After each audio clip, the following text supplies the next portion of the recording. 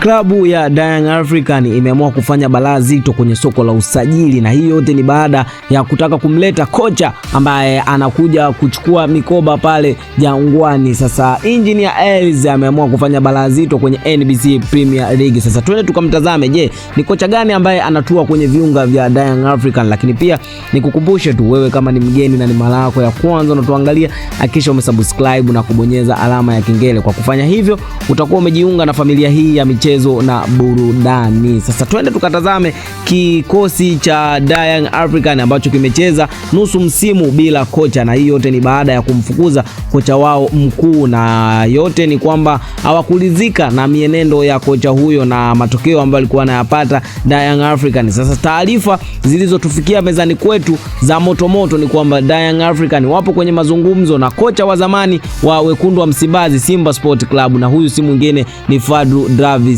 Yanga wametuma ofa ya US dola 18,500, ni sawasawa na shilingi ya Kitanzania milioni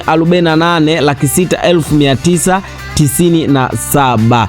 Na kwenye mkataba huo Young African wamepanga kumpa gari ya kutembelea akiwa Tanzania na nyumba ya kuishi na tiketi 2 za ndege kama kocha huyo atataka kusafiri nchi yoyote duniani kwa ishu zake binafsi ndani ya mwaka mmoja. So far hakuna makubaliano yoyote kati ya Fadlu Davids na Young African, ila mazungumzo yanaendelea.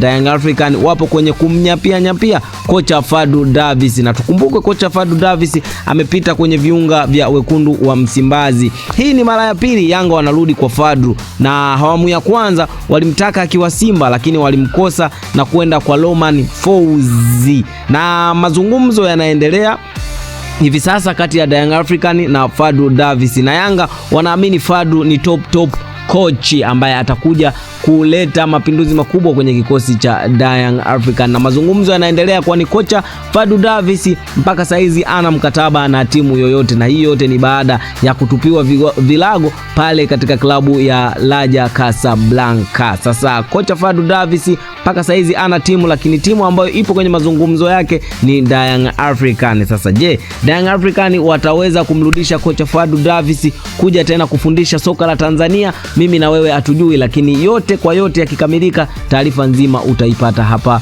Tubone Media. Ili usikose na taarifa zingine, hakikisha umesubscribe na kubonyeza alama ya kengele. Hii ni Tubone Media na mimi ni Tubone, hadi wakati mwingine, shout out, keep watching, bye bye.